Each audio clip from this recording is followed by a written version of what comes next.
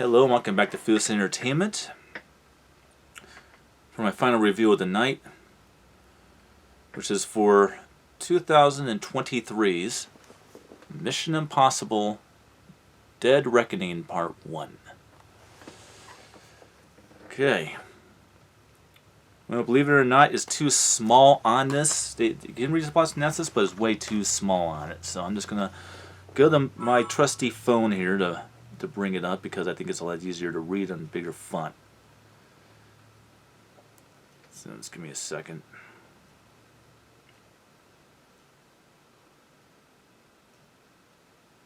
Okay.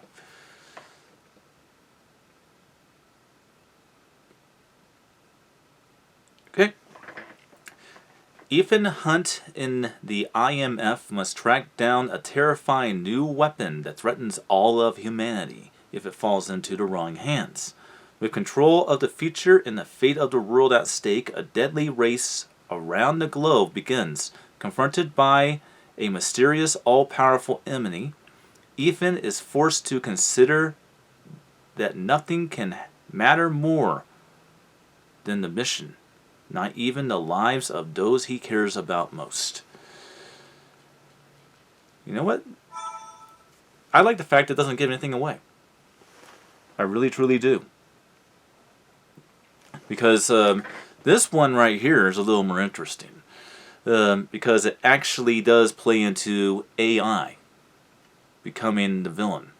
And that's something that you don't really see too much in, these action spy films. You don't really see, an artificial intelligence being the main villain. But the main villain of the movie, although is basically an AI known as the Entity, is the main villain of the movie. Or what people will perceive is our main villain, which is of course the character of Gabriel, is the henchman. Although we all look at him as kind of like the main villain, he's not. The main villain is basically this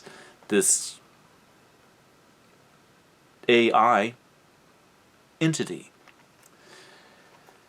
that went rogue and stuff like that. So it's very cool. They have that as a villain. And obviously it is called Dead Reckoning Part 1, which means that the story is not completely resolved. With this one, there's a second part to this. Unfortunately, it hasn't been filmed yet. This right here, along with No Time to Die, was one of the movies that was put into development hell and held back. It had to go for reshoots and all sorts of shit because of COVID. This one probably the most of them, and yeah, this is one hell of a freaking movie. This give you an idea how long the movie is. This movie is 163 minutes long. It's almost 3 hours. So it's the longest Mission Impossible film. Now, one thing it definitely does say on the front is the biggest and best action movie of the year, and it says it right down in there. Now that tap line I actually do agree with. This is the biggest and best action movie of the year. In 2023. Definitely. There's lots of other good action films, of course. But this is the one I think takes the cake. Since now we are at the very bitter end of 2023. And I have seen The Meg 2, The Trench. I have seen Operation Fortune. I have heard nothing but bad things about The Expendables 4. Beekeeper is coming out, I believe, in 2024, so you can't count that.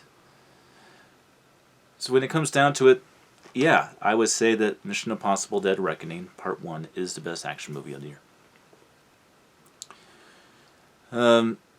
Even better than John Wick Chapter 4. I'm sorry, but I will definitely say it. John Wick Chapter 4, although as a good action movie, is not as good as this one. And I usually don't say that because you know how much I like the John Wick movies. I've always said it each time that they are the best action films of the year. I deleted those reviews because I'm planning on redoing them, and I have a very special box set that I will be reviewing them from. But that won't happen probably until January, so don't expect that anytime soon. This is strictly spy and contract killer month, which means that I suppose I possibly could do John Wick, but I just don't consider it espionage enough. But with that said, I might do it. Anyways, we'll go ahead and see. But yeah, I love this movie. The stunts in this movie are insane. The story is where I think a lot of what I like about this one so much is the story. I mean, the emotions in this movie are real. I mean, the story has a good flow. And yeah, it is definitely next level action and thrills for sure. All I can say is, I think I might actually have a ranking for you guys coming up in just about a minute. But let's talk about the quality of the film first, so we can get into a ranking of all 7 films. Dolby Atmos is spectacular in this movie. It's very, very good. The HDR10 4K restoration, or sorry, not restoration, but presentation, is very, very, very good. Perfect. This is reference quality at its best, in my opinion, for a 4K. The picture quality, the audio quality. This is how you show off at Dolby Atmos sound presentations in 4K HDR10. This is definitely the type of movie you would do it with. Now, once I get a 4K TV that has also Dolby Vision, this probably might be even more spectacular. I don't know. But I can definitely say that this was one of the best 4K experiences I've ever had. So that's how good the quality is. You guys know I've seen a lot of 4K titles. Alright. Now let's go on to the hard part. The ranking. We'll go from worst to best. Now, before I go on to this, every single one of these movies are wonderful.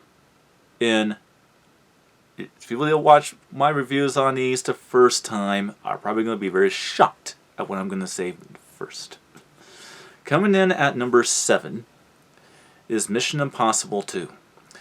Now I know that's going to shock you because you guys know how much I defend the shit out of that movie. You guys know I will defend that movie until I die.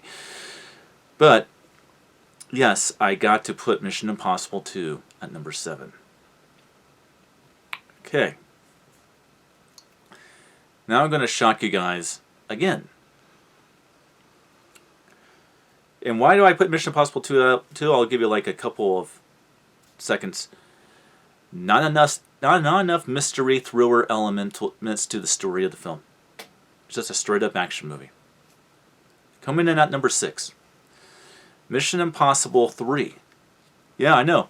Surprising. I didn't think I was going to put Mission Impossible 3 at number 6. I really didn't. I like the movie a lot. I really do. But I gotta put it there. Mission Impossible 3 is at number 6. They do have some thriller elements there. But, again, not enough of a mystery story, not enough of an espionage story. It's just simply downright not enough of a spy movie. And that's kind of the point. Mission Impossible 2 and 3 are not really spectacular spy movies. And that's why Mission Impossible 2 is at number 7 and Mission Impossible 3 is at number 6. Coming in at number 5. Coming in at number 5 will be the golden original Mission Impossible. Now I know it makes no sense to put it there, but it in a way does make sense to put it there. Mission Impossible had all the thriller elements right, but what it didn't have enough of was the action and the excitement that you have with all the other films. It tried to get there, but really there was only like two characters that were really truly protagonist characters in the film. Everybody else, was part of having their own little agenda and would ultimately turn out to be a villain. So the main characters of the movie, not a Zion team that dies at the beginning of the film. But yeah, I do like the fact that it does do fan service with it being that direct sequel to the Mission Impossible TV series, but it does not save it from this ranking. It is going at number 5. Coming in at number 4 will be Mission Impossible Ghost Protocol. Like I said, I didn't think it would make it all the way up there. I didn't think it would, but it made it number 4. I remember a day when I put this at the very bottom. That was at number 4. It's in the top 4. That's pretty spectacular. It has a really good balance of mystery and intrigue and espionage with some of the characters not knowing who they are, and then we finally figure out who they are. All different agendas. Some of these characters, twists and turns you don't see coming. A very good villain. Pretty fair henchman. Lots of good action and excitement. Spectacular stunts that we haven't seen before. It definitely belongs at number 4. At number 5. Number 3. At number 3, I will be putting Mission Impossible Rogue Nation. Mission Impossible Rogue Nation is almost as good as Fallout, but is not. So it definitely has its righteous place at number 3. I mean, I went over our reasons on that, so I'm not going to repeat it. Coming out number 2 is Mission Impossible Fallout, which ultimately means that, yes, spoiler alert, Mission Impossible Dead Reckoning Part 1 is at number 1. And I'll explain why. All the elements. Mysterious characters. They do not know what their agendas are. Check. Relating to the previous films, and in this case, even relating to Ethan Hunt's origin story of how he became Ethan Hunt that we know. Check. Sinister villain. Check. Scary henchman. Check. Insane spectacular stunts. Check. Good story. Check. Emotionally driven. Check. This is just a downright perfect movie. Period. So, that's my ranking in my review of Mission Impossible Dead Reckoning Part 1 in ranking of all the films. I hope you enjoyed, and I'll see you guys on the next one. Until then, check them all out.